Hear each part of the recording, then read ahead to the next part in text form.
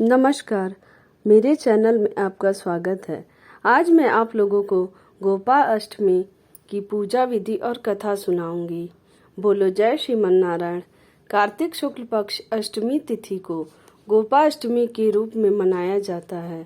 इस दिन भगवान श्री कृष्ण ने गौचारण लीला आरंभ की थी। इस दिन बछड़े सहित गाय का पूजन करने का विधान है। इस दिन प्रातः काल उठकर नित्य कर्म से निवृत्त होकर स्नान करते हैं। प्रातः काल ही गौओं और उनके बछड़ों को भी स्नान कराया जाता है। गौ माता के अंगों में मेहंदी, रोली, हल्दी आदि के थापे लगाए जाते हैं। गायों को सजाया जाता है। प्रातः काल ही धूप, दीप, पुष्प, अक्षत, रोली, गुड़, जलेबी, वस्त्र और जल से गौ माता की पूजा की जाती है और आरती उतारी जाती है। पूजन के बाद गौ ग्रास निकाला जाता है। गौ माता की परिक्रमा की जाती है। परिक्रमा के बाद गौओं के साथ कुछ दूर तक चला जाता है। अब मैं आप लोगों को गोपा अष्टमी की कथा सुनाने जा रही हूँ। बोलो जय श्रीमन नारायण। भगवान ने जब छठे वर्ष की आयु में प्रवेश किया, तब एक दिन भगवान माता यशोदा से बोले, मैया अब हम बड़े हो गए हैं। मैया यशोदा बोली, अच्छा लल्ला, अब तुम बड़े हो गए हो तो बताओ अब क्या करें। भगवान ने कहा, अब हम बछड़े चराने नहीं जाएंगे, अब हम गाय चराएंगे। मैया ने कहा, ठीक है, बाबा से पूछ लेना। मैया के इतना कहते ही झट से भगवान नंद बाबा से पूछने पहुंच गए। बाबा ने कहा, लाला अभी तुम बहुत छोटे हो, अभी तुम बछड़े ही चराओ। भगवान ने कहा, बाबा अब मैं बछड़े नहीं गाय ही चराऊंगा। जब भगवान नहीं माने तब बाबा बोले, ठीक है लल्ला, तुम पंडित जी को बुला लाओ, वह गौचारण का मुहूर्त देखकर बता देंगे। बाबा की बात सुनकर भगवान झट से पंडित जी के पास पहुंचे और बोले, पंडित जी आपको बाबा ने बुलाया है, गौचारण का मुहूर्त देखना है।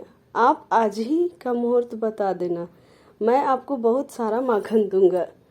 पंडित जी नंद बाबा के पास पहुंचे और बार बार पंचांग देखकर गणना करने लगे।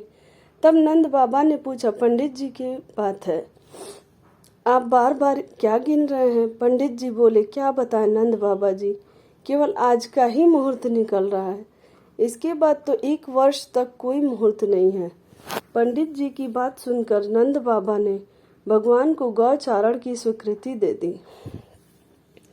क्षमा करिएगा आप लोग, मुझे थोड़ी सर्दी हो गई है, इसलिए अगर मेरी आवाज़ क्लियर नहीं आ रही हो तो उसके लिए मैं माफ़ी चाहती हूँ। भगवान जो समय कोई कार्य करे वही शुभ मुहूर्त बन जाता है। उसी दिन भगवान ने गौचारण आरंभ किया और वह शुभ तिथि थी कार्तिक मास में शुक्ल पक्ष अष्टमी। भगवान की गौचारण आरंभ करने का कारण यह तिथि गोपा अष्टमी कहलाई। माता यशोदा ने अपने लल्ला की श्रृंगार किया और जैसे ही पैरों में जूतियां पहनाने लगी तो लल्ला ने मना कर दिया और बोले, मैया यदि मेरी गौएं जूतियां नहीं पहनती तो मैं कैसे पहन सकता हूँ। यदि पहना सकती हो तो उन सभी को भी जूतियां पहना दो। और भगवान जब तक वृंदावन में रहे, भगवान ने कभी पैरों में जूतियां नहीं पहनी। आगे आगे गाय और उनके पीछे बांसुरी बजाते भगवान, उनके पीछे बलराम और श्री कृष्ण के यश का गान करते हुए ग्वाल गोपाल इस प्रकार से विहार करते हुए भगवान ने उस वन में प्रवेश किया। तब से भगवान की गौचारण लीला का आरंभ हुआ। जब भगवान गौएं चराते हुए वृंदावन जाते, तब उनके चरणों से वृंदावन की भूमि अत्यंत पावन हो जाती। वह वन गौओं के लिए हरी भरी घास से युक्त एवं रंग बिरंगे पुष्पों की खान बन गया था। बोलो जय श्रीमन नारायण।